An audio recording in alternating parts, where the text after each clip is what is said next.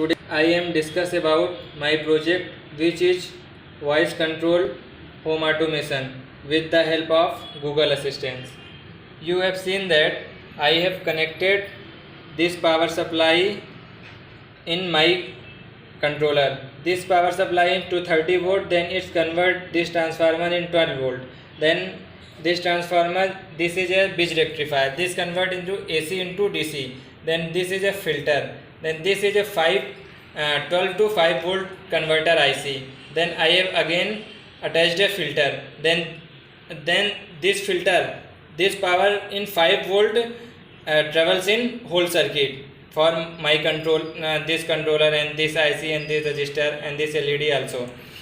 Then I have connected this bulb in my relay, and this bulb in connected in power supply directly, and this is the bridge. Mainly relay is the bridge between power supply and bulb. This is a work as a switch. When I command in the Google Assistant, then this bridge break and bulb is on. Then I have again command in my Google Assistant, then this bridge is closed and bulb is on. Have you have seen, I have command in Google Assistant, switch on.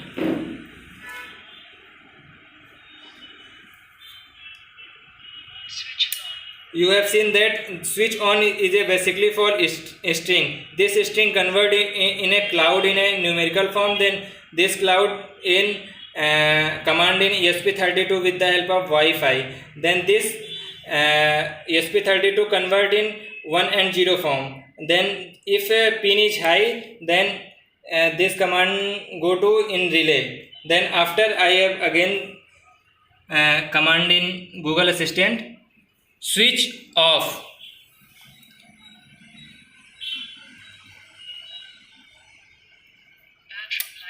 Then this string convert in this controller in 0 form. Then this relay is command. Then bulb is off. This is the whole project of voice command home automation system. Thank you.